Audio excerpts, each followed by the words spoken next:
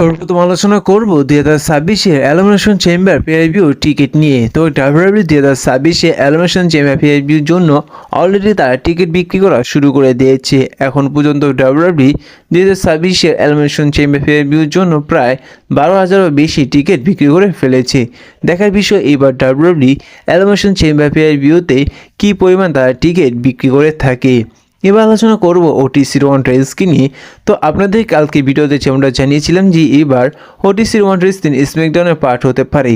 বর্তমান রিপোর্ট থেকে তেমনটা জানা যাচ্ছে যে খুব শীঘ্রই এবার হয়তো রয়্যাল পে-রিভিউর পর ওটিসির ওয়ান রেসকে স্ম্যাকডাউনে আসতে দেখা যেতে পারে।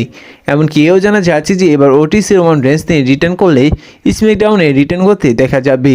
তো এই বিষয়ে আপনাদের কী মনে হয়, আসলে কি এবার ডাব্লিউডাব্লিউ স্ম্যাকডাউনের যে অবস্থা চলছে সেই অবস্থাটি আরও উন্নত করার জন্য এবার ওটিসি ওয়ান রেন্সকে কি এবার স্ম্যাকডাউনে রিটার্ন করাবে নাকি করাবে না, অবশ্যই কমেন্ট করে জানিয়ে দিবেন।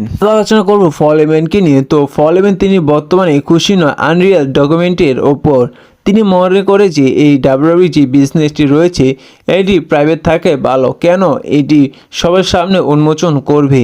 যে রেসলিং কোম্পানিটি একসময় এই বড় কোম্পানি হয়ে দাঁড়িয়েছে তাদের সমস্ত গোপন রাখার কারণে কিন্তু এখন ডাব্লিউডাব্লিউ যেভাবে সমস্ত কিছু সবার সামনে পাবলিশ করছে কিভাবে কাজ করে, যার কারণে বর্তমানে ফলেমেন এই বিষয়টা নিয়ে একেবারে খুশি। এবার আলোচনা করবো দ্য ভাইপার র্যান্ডি অর্টনকে নিয়ে। তো র্যান্ডি অর্টনকে তিনি 15বার চ্যাম্পিয়ন হবে ডাব্লিউডাব্লিউতে।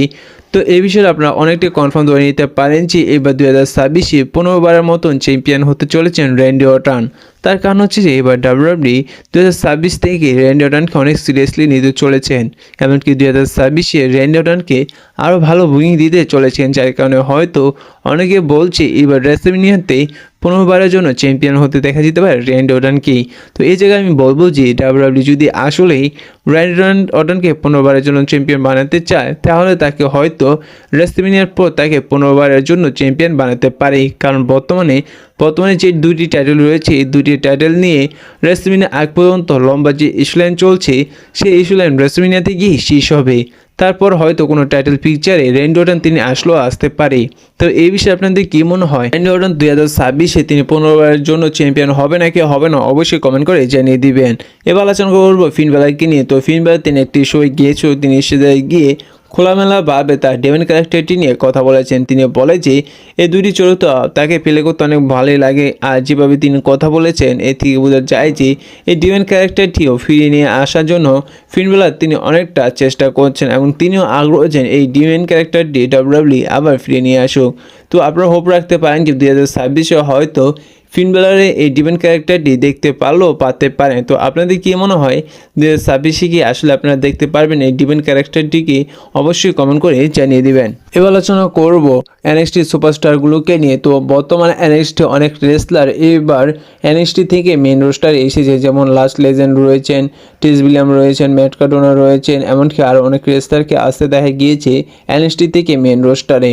এমনকি বর্তমানে দুইটি রেসলার তারা বর্তমানে পেন্ডিংয়ে রয়েছে, তাদের এখন তৈরি কোন ব্র্যান্ডে রাখবে এটি এখন তৈরি সিদ্ধান্ত করেনি ডাব্লিউডাব্লিউ। যেমন একটি রয়েছেন জর্ডান গ্র্যান্ড, এমনকি ওবাফেমি, তারা এখন তৈরি কোন ব্র্যান্ডে রাখবে ডাব্লিউডাব্লিউ তাদের এখন তৈরি রাখা হয়নি। আর আরেকটি বিষয় ওবাফেমিকে নিয়ে সেটি হচ্ছে যে তিনি মেন রোস্টার আসার আগে তিনি এনএক্সটি মেন টাইটেলটি জিতেছিল এবং জেতার পর তার সেই টাইটেলটি ভ্যাকেট করে দিয়েছে, যেমনটা একসময় সোলো সুগার সাথে হতে দেখা গিয়েছিল। আলোচনা করবো সোলো সুগারকে নিয়ে। তো তাহলে কি ডাব্লিউডাব্লিউ এবার খুব শীঘ্রই সোলো সুগারকে ফেস টার্ন করাতে চলেছেন? বর্তমান রিপোর্ট থেকে জানা যাচ্ছে যে এবার ডাব্লিউডাব্লিউ 2026-এ সোলো সুগারকে ফেস টার্ন করাবে। যদি ফেস টার্ন যদি আসলে সোলো সুগারকে করাতে হয় তাহলে আপনারা দেখবেন যে এবার সোলো সুগার যে এমএফটি রয়েছে তারা সবাই সোলো সুগার তাদের এমএফটি টিম থেকে সোলো সুগারকে বের করে দিবে, যার কারণে পরবর্তীতে হয়তো সোলো সুগা ফেস টার্ন করতে পারে। তো আপনাদের কি মনে হয় আসলে কি 2026-এ এমএফটি থেকে সোলো সুগাকে বের করে দিবে তারপর সোলো সুগা ফেস টার্ন করবে নাকি করবে না, অবশ্যই কমেন্ট করে জানিয়ে দিবেন। এবার আলোচনা করবো ইথেন পেসকে নিয়ে এমনকি রককে নিয়ে। তো আজকের দিনে আরও 1 বছর আগে ইথেন পেস এমনকি রক তার ফেস টু ফেস হয়েছিল। রক তিনি এনএক্সটিতে গিয়েছিল, তিনি ইথেন পেসের সাথে মিলেছিল, এমনকি ইথেন পেসকে অনেক কিছুই বলেছিল। তো আজকে 1 বছর তা কমপ্লিট হয়েছে।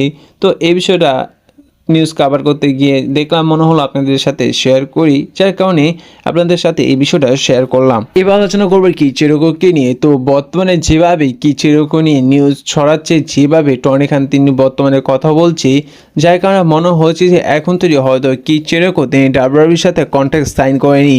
আর যদি আসলে এখন তৈরি যদি কিচেরোকো তিনি ডাব্লিউডাব্লিউইর সাথে কন্ট্রাক্ট সাইন না করে থাকে, তাহলে আপনার হোপ ছেড়ে দেন যে কিচেরোকো তিনি ডাব্লিউডাব্লিউইতে আসতে পারেন। আর যদি কিচেরোকো তিনি আসলে ডাব্লিউডাব্লিউইতে আসতে চায়, তাহলে তিনি ফ্রি এজেন্ট হয়ে যাওয়ার পরে তিনি ডাব্লিউডাব্লিউইর সাথে নতুন কন্ট্রাক্ট সাইন করে ফেলতো। আর যদি এখন থেকে তিনি ডাব্লিউডাব্লিউইর সাথে কন্ট্রাক্ট সাইন যদি না করে থাকে, তাহলে আপনার ধরে নিতে পারেন যে কিচেরোকো তিনি এই ডাব্লিউতে থেকে যাবে, ডাব্লিউডাব্লিউইতে আসবে না। তো এই বিষয়টা টনি খান তিনি বলেছে যে এখন তৈরি তিনি আশা করেন যে কিচেরোকো তিনি তার সাথে যুক্ত হবেন, তার কোম্পানিতেই থাকবেন, আবার নতুন কন্ট্রাক্ট সাইন করবে। তো এর থেকে বোঝা যায় যে কিচেরোকো তিনি এখন তৈরি কন্ট্রাক্ট সাইন করেনি, এমনকি তিনি হয়তো অনেকে ধারণা করছে ডাব্লিউডাব্লিউইতে আসবে। তো এই বিষয়ে আপনাদের বলে দিলাম যে এখন তৈরি তিনি যদি কন্ট্রাক্ট সাইন না করে থাকে ডাব্লিউডাব্লিউইতে, তাহলে আপনারা হোপ ছেড়ে দেন যে কিচেরোকো ডাব্লিউডাব্লিউইতে আসবে। আপনারা 100% কনফার্ম ধরে নিতে পারেন যে কিচেরোকো তিনি আর ডাব্লিউডাব্লিউইতে আসবে না, তিনি এই ডাব্লিউর সাথে আবার নতুন কন্ট্রাক্ট সাইন করবে। তো এই বিষয়ে আপনাদের কী মনে হয় অবশ্যই কমেন্ট করে জানিয়ে দিবেন। তো এই ভিডিওটা এই পর্যন্ত রাখছি, দেখা হচ্ছে পরবর্তী ভিডিওতে নতুন কোনো আপডেট নিয়ে। ভিডিওটি ভালো লাগলে অবশ্যই লাইক করে দিবেন, ছোট রেসিং চ্যানেল নতুন থাকলে চ্যানেলটি সাবস্ক্রাইব করে দিবেন। দেখা হচ্ছে পরবর্তী নতুন কোনো আপডেট ভিডিওর সাথে।